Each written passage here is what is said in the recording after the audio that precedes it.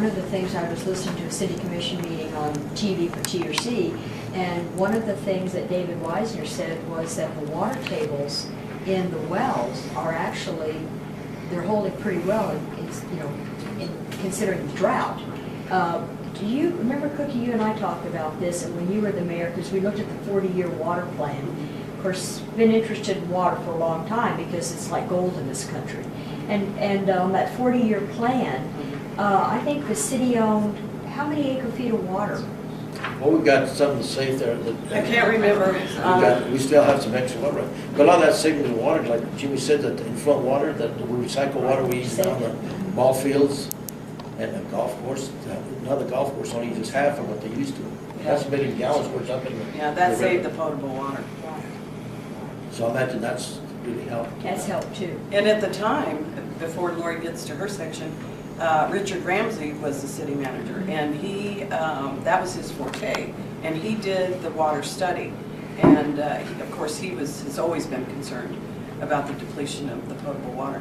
But you asked me how many acre feet that the city had, and for the life of me, I can't remember that. Maybe one of you guys could look that up. Well, I knew how much, and we've got some extra water rights because we bought, if you remember, we bought water, I think we bought some from Steve Janos, and municipalities can keep the water rights in the back pocket, but me as an individual, you use it or you lose it. That was at that time, but the city's we've got plenty of water rights. Well, and part of the reason for that is on any development that comes in, that's part of the process. They have to give those acre feet of water rights to the city so that we can have that for the expansion for those developments. Lori, what do you recall? Well, my term that I'm still in,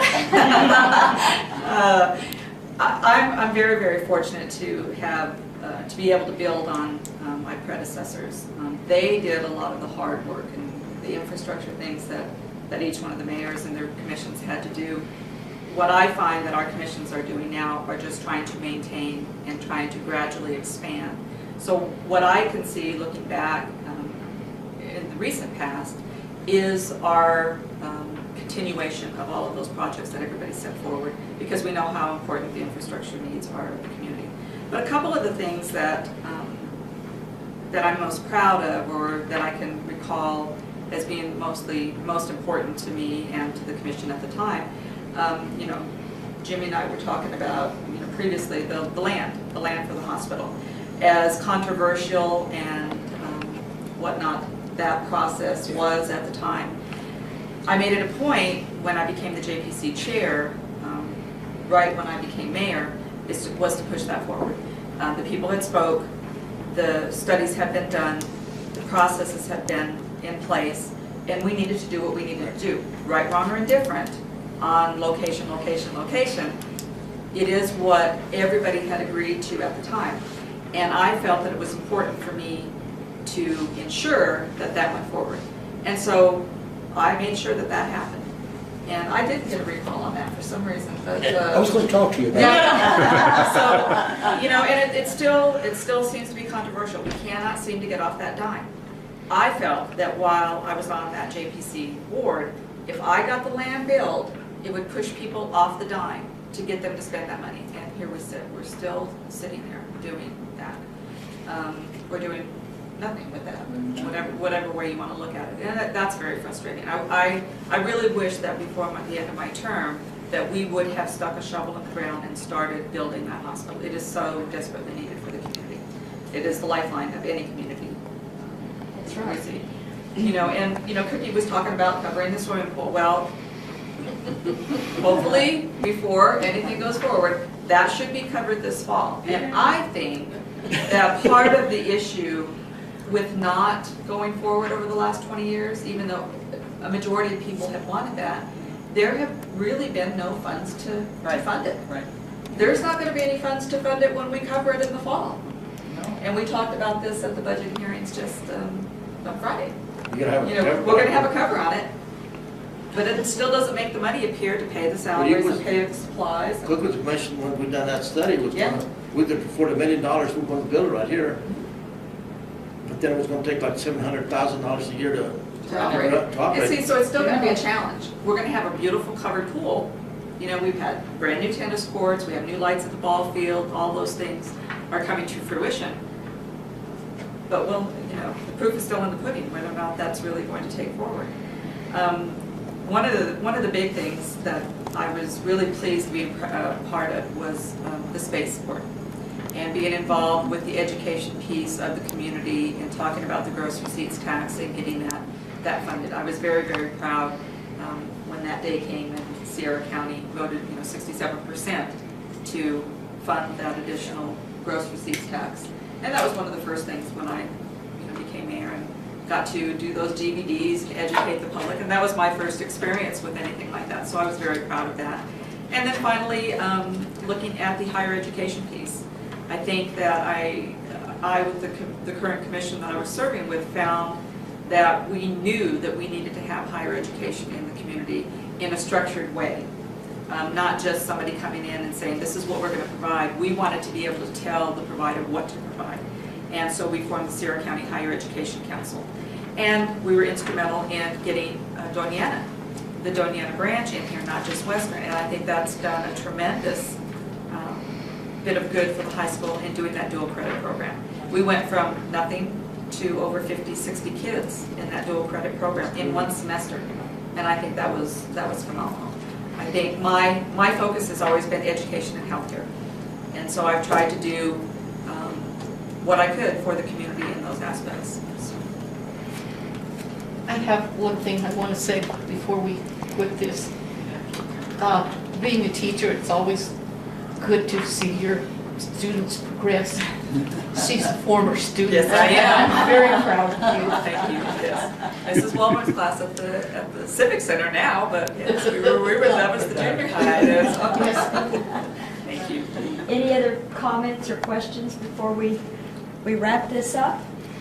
I think I want to make a comment on our city employees that we represented. I think we've supported them. I don't think there's ever been a commission that I've served with that wouldn't support our police department, our fire department, or our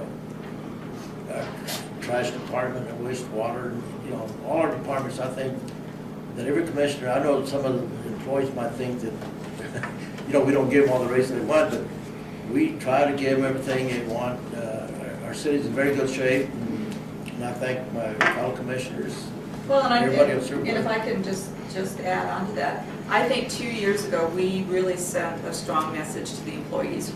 We funded increases when there were no other increases being had anywhere in the state of New Mexico, or in the country for that matter. We knew how important that the city employees were, and we funded those percentage increases to them because we knew that we needed to support them. And that was really, we looked and we cut the budget and we did what we needed to do because we knew we needed it. And we made it possible for everybody to afford their insurance. We pay 80% of the insurance. Right. So, we've taken great strides in supporting the employees because they do a great job for us, for everybody. Any other comments? I have one. We have actually brought a lot of nice changes to Sierra County. There's an awful lot more to do.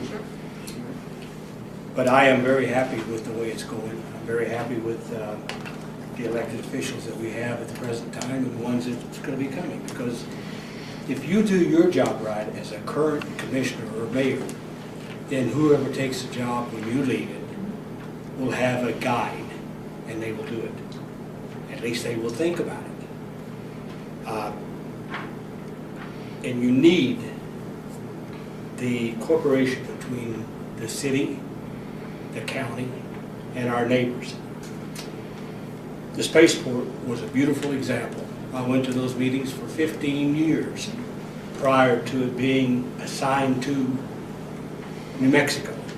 And then it was another 3 years, 5 years before we ever picked Sierra County. Chief Peterson at that time was the chairman for the county. And he and I made every Spaceport meeting, every place in New Mexico that they had one, even in El Paso. And if you show somebody that you really want that, and your city or your county is going to accept it, they'll look at it favorably. And that's how we got the Spaceport. And we can never do anything by ourselves. All we are as elected official and as the mayor, we are a figurehead. We have no authority, we have no budget. All we do is, if you do the job right, you spend at least 8 hours a day out going to functions, talking to people. 3 kids in the street will talk to them, I don't care. But you've got to do that. You've got to make people believe in Sierra County. And I think we do that job well. About the trust, isn't it? It's about trust. It's about belief. It is. Any other comments? Well, thank you for meeting on a Sunday morning, and this will be aired in the evening at some point in time, but thank you very much for joining us today, and it was very informative. Thank you. Thank you. Not only that, this is my 52nd wedding anniversary.